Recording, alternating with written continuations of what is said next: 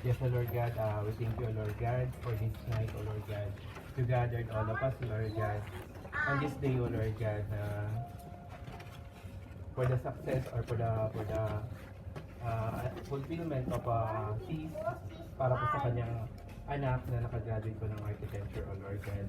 We thank you, O Lord God, for the good health, O Lord God, always given to fees, O Lord God, na in spite na malayo po siya sa kanyang anak, O Lord God, but still, O Lord God, you giving her a strong body, O Lord God, and strong mind na malayo po sa kanyang anak, O Lord God. And we thank you, O Lord God, also, Lord, na binigyan niyo po ng lakas at talino, O Lord God, ng kanyang anak, O Lord God, na makayanang tapusin, O Lord God, yung course na binigay niyo po sa kanya at course na kanya pong pinangarap na mapagtapusan, O Lord God. And we know, O Lord God,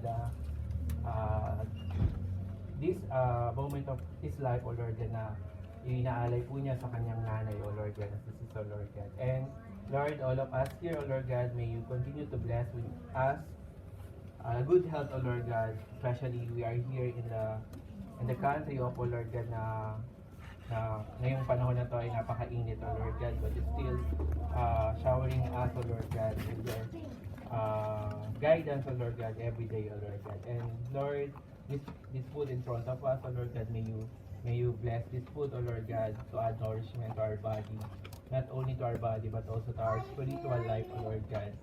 And continue always guide and give a healthy body to Sis, O Lord God, na ito pong pagkain na nasa harapan namin, O Lord God, na kanya pong pinagpapakalan ng pagkakakitaan, O Lord God.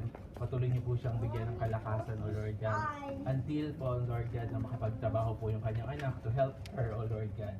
And we share this blessings, O Lord God, dun po sa mga taong wala kakayanang mag-prepare ng ganitong blessing sa kanila pong hapagkainan, O Lord God. But we know in time, O Lord God, you would give them a good Samaritan, or in time you will give them means, O Lord God, to prepare this kind of food, O Lord God. And as we say the grace, Bless us, O Lord, this thy gift which we are about to receive from thy bounty through Christ our Lord. Amen. My Father, the Son, and the Holy Spirit.